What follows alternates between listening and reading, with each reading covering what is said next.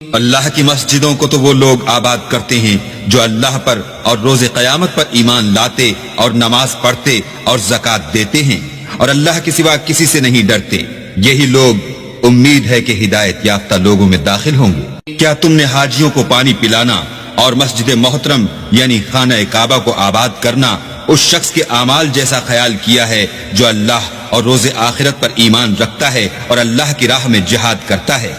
یہ لوگ اللہ کے نزدیک برابر نہیں ہیں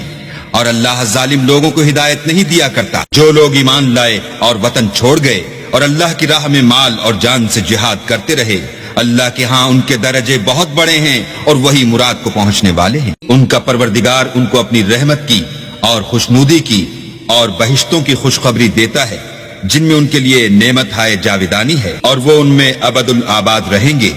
کچھ شک نہیں کہ اللہ کے ہاں بڑا صلہ تیار ہے۔ اے اہل ایمان، اگر تمہارے ماں باپ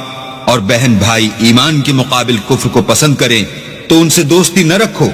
اور جو ان سے دوستی رکھیں گے وہ ظالم ہیں۔ کہہ دو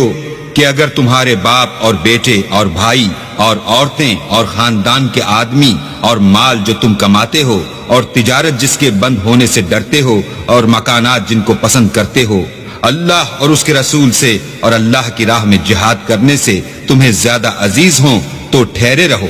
یہاں تک کہ اللہ اپنا حکم یعنی عذاب بھیجے، اور اللہ نافرمان لوگوں کو ہدایت نہیں دیا کرتا۔ اللہ نے بہت سے موقعوں پر تم کو مدد دی ہے، اور جنگ حنین کے دن جب کہ تم کو اپنی جماعت کی اکثریت پر غرور تھا اور وہ تمہارے کچھ بھی کام نہ آئی، اور زمین باوجود اتنی بڑی فراخی کہ تم پر تنگ ہو گئی،